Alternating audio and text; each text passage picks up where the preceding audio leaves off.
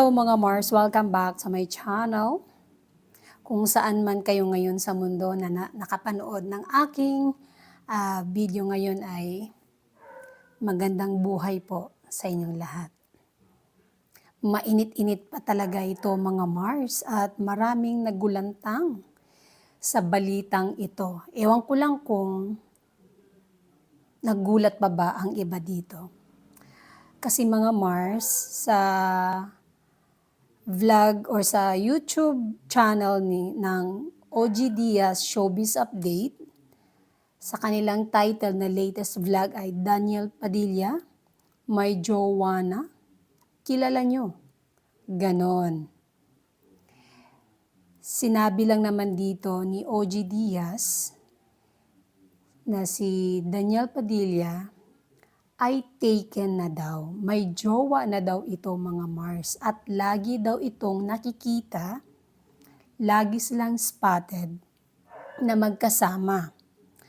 Nakita daw sila sa Rockwell, sa power plant. Nanood daw sila ng movie. At itong girl ay kasama niya sa huling project niya sa Incognito.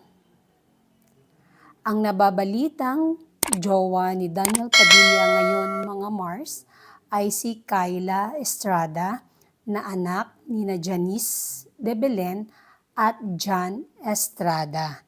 Yes, you heard it right mga Mars. Daniel and Kyla. Not Carla Estrada, Kyla. Pero sabi nga ni OG Diaz, hindi pa nagsalita sina Daniel at Kyla. Pero ayon daw yan sa kanyang source. So, ang kanyang source ay talagang maganda. Dahil naniniwala talaga dito si OG Diaz na mag-boyfriend and girlfriend na nga si Kyla and Daniel. Wala namang masama kasi pareho naman silang single. Ika nga ni OG Diaz, si Catherine Bernardo ay meron na rin napapabalitang boyfriend. Ito ngang mayor. At hindi nga lang din pa nagsasalita pero lagi nga din nakikita na magkasama ang dalawa. So walang problema. Kaya sa mga Katniel fans na umaasa na magkabalikan pa ang dalawa. Isa na rin ako doon mga Mars dahil Katniel fans talaga ako. Gustong-gusto ko silang magkabalikan. Parang wala na po atang pag-asa, no?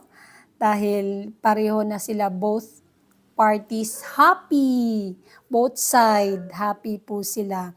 Wala mang pag-aamin mula sa kanilang dalawa na sila ay may mga bago ng partner in life.